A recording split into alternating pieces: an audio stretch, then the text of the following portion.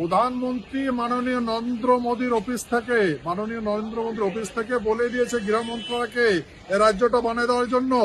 আমি যতদূর জানি প্রধানমন্ত্রী এবং স্বরাষ্ট্রমন্ত্রী সুস্থ মানুষ। বুধবার, বৃহস্পতিবার, শুক্রবার বারবার নিজের দাবিতে অনড় বিজেপির রাজ্যসভার সাংসদ। বিজেপির অস্বস্তি বাড়িয়ে ফের গ্রেটার কোচবিহারকে কেন্দ্রশাসিত অঞ্চল করার দাবিতে সরব হলেন অনন্ত মহারাজ।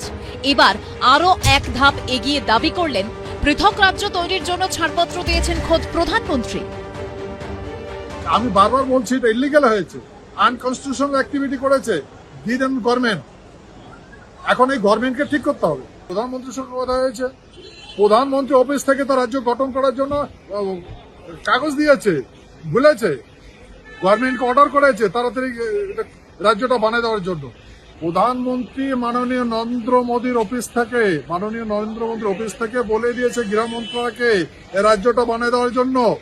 আমি যতদূর জানি প্রধানমন্ত্রী এবং স্বরাষ্ট্রমন্ত্রী সুস্থ মানুষ।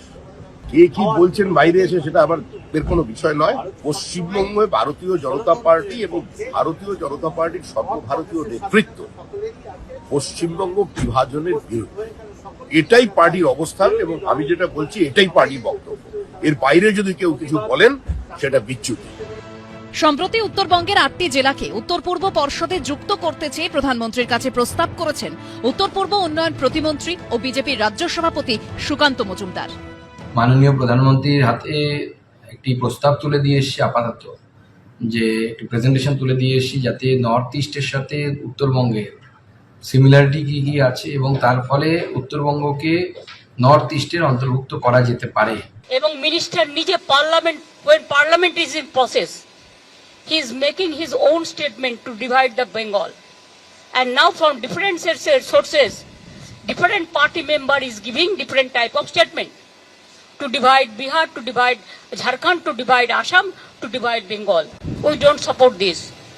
সেই জন্য আমি মনে করি এই সিচুয়েশনে টু রেকর্ড আওয়ার ভয়েস, আমি জাস্ট যাচ্ছি, কিছুক্ষণ থাকবো, ভয়েস রেকর্ড করতে দিলে রেকর্ড করব, না হলে প্রতিবাদ করব, করে বেরিয়ে আসবো।